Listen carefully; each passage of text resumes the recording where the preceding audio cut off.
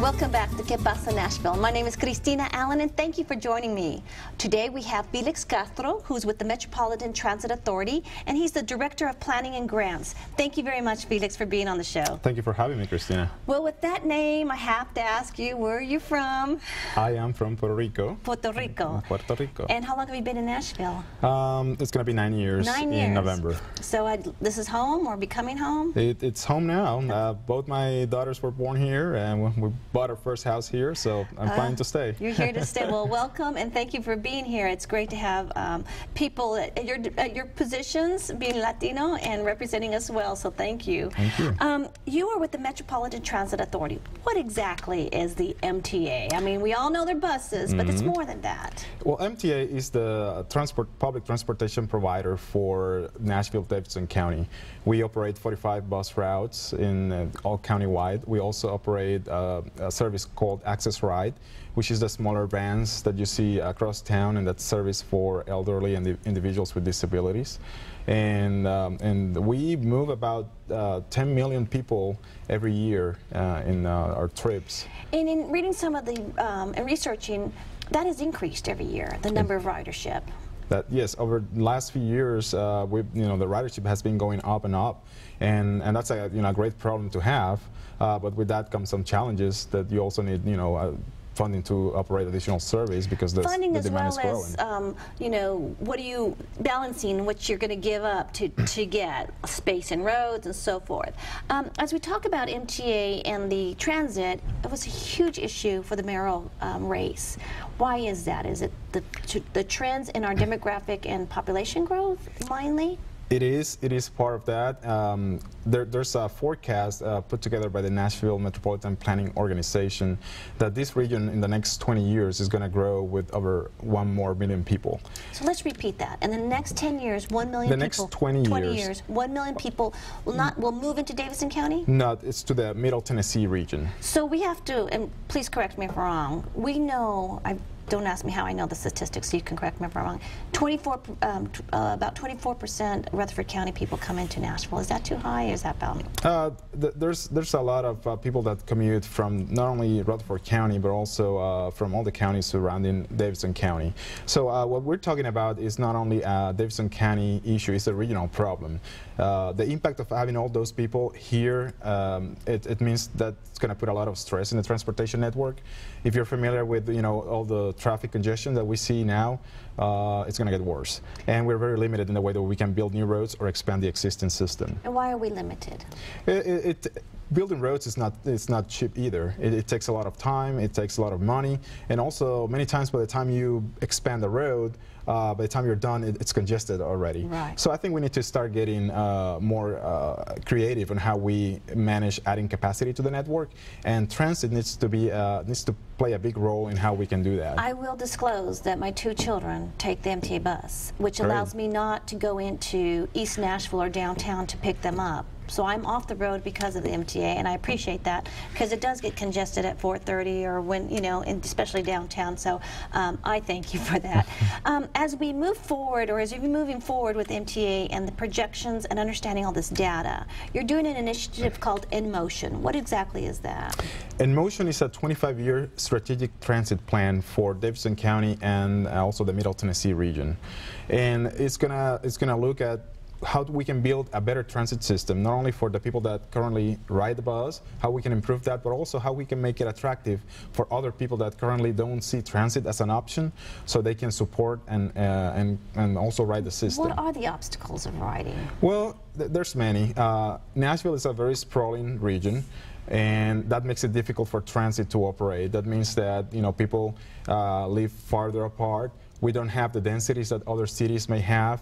We are when we compare Nashville to other peer cities like Charlotte or Austin, Texas, or when you look at other places where we are becoming like Denver or Portland in terms of size and demographics, those places have good transit systems, and they've been working on those for many years now. So the inMotion, you have an online survey, and that's where you need the feedback. Is that correct? Yes, yes. We have our website, inMotion2015.org. We have a lot of information available there. And that's inMotion, letter N, M-O-T-I-O-N. 2015.org. And we have surveys there for people to fill out.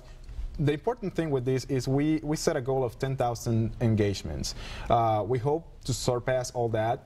But it is essential. We're coming into this process without any preconceived ideas. So we want to listen to the people and see what they have to say.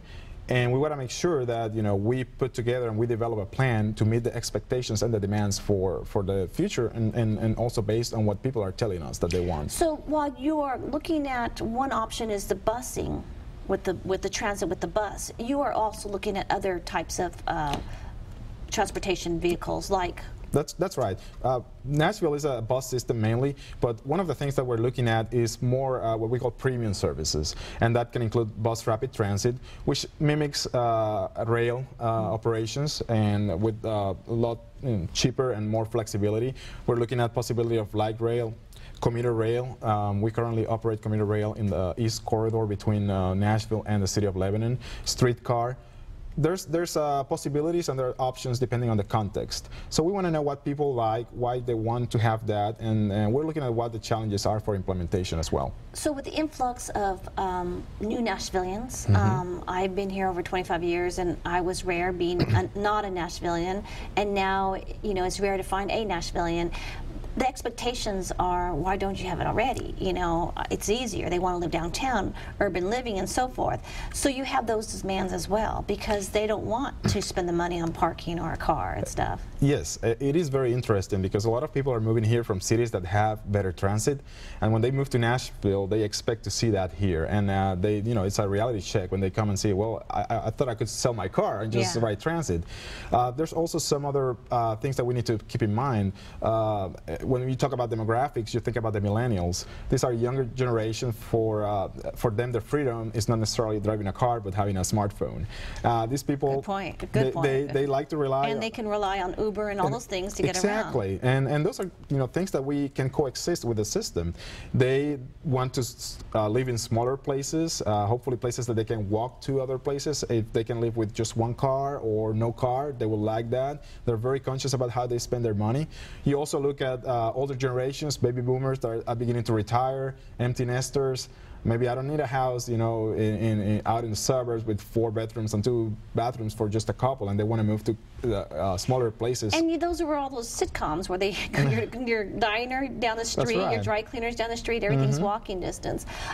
So as we look at your trends and the demographic growth that we're going to have, I mean the population growth, did you work a lot with the Metro planning Nashville Next? Yes, good point. We are coming into dovetail of Nashville Next, but before that we've been coordinating with them, and it's been a very good process for us. Nashville Next had a lot of recommendations of what's going to happen with the land use. Also, they have some transit recommendations as far as where they see the land uses increasing and transit corridors growing. So we coordinated with them. We've been using the recommendations to develop some of our analysis. Their data was incredible. Thank you. Very, very good. And yes, and we were mindful of that, so we wanted to make sure not to recreate the wheel and make sure we are in coordination. Also, Nashville Next went through a very exhaustive process of public involvement. Yes. And transportation was the second issue that ranked higher on what they found out. And that involves a lot of transit. So it is imperative for us to make sure to pay attention to what they're recommending. And that it was an exhausting read, but it was a good read. Now let's talk about South Nashville, being that the show kind of looks at the Latino community, Latino growth. We know that right now 10% of Davidson County are of Latino, acknowledge themselves as Latino, and it's projected to be at 34% in 25 years based on Nashville Next source. With that growth in the South and the status of some of them being undocumented, riding a bus is the best solution, riding mass transit. How do you prioritize where additional bus stops, additional routes will be based on, the need of the community, who's already using the community, and how to get around? I mean, how's that formula somewhat put together? Well, I would say it is a mix, and I just want to make the point that transit is for everybody, and we need to start getting out of the mentality that sometimes, there's people and there are groups that are very dependable on transit, and we got to make sure that we cater for those. But transit is, as traffic gets worse, people need to start seeing it as an option. I just want to know, Mayor Dean riding the bus, photo op, oh my gosh, that was huge. I mean, he's right there in Green Hills. It's easy for him. I mean, that was just a great promotional spot there. Definitely, and we are very grateful to the support that we've been receiving from the city, because a lot of our budget comes from the metro government, and they've been very kind to us in making sure that we have a good system.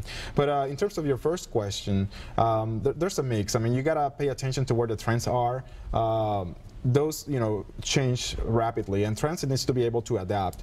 And there's a lot of populations that where the growth is happening, and we receive a lot of information from the people letting us know. But this process that we're going through inMotion, it's looking at the future. It's looking at where the growth is going to happen, whether the infrastructure and the need is there to support more transit service. And I think there's a big need that people are telling us with this process about. They want frequency, they want a system that is dependable, they want a system that is convenient, they want a system that is safe. And you already have a lot of that, don't you? We do have some of that, but there's room for improvement.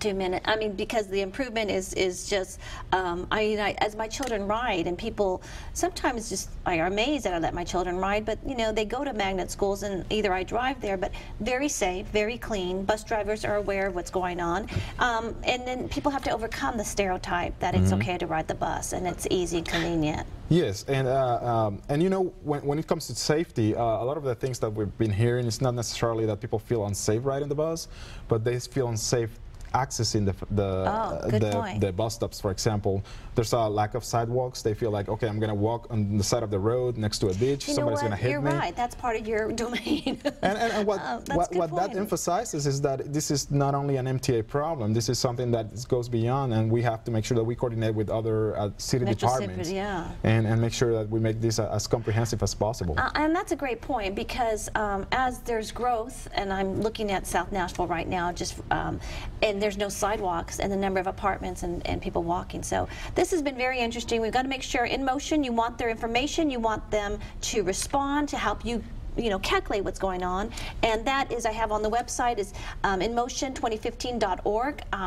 Felix, thank you very much for being on the show. Good luck with this initiative, but more so, good luck in what's going to happen with our new Mayor Barry, and where we're going to take this forward, this issue. Thank you for having me, Christina. Thank you very much for joining Que-pasa-Nashville. Join us each week as we talk about the opportunities and challenges Latinos bring to Middle Tennessee. Muchísimas gracias.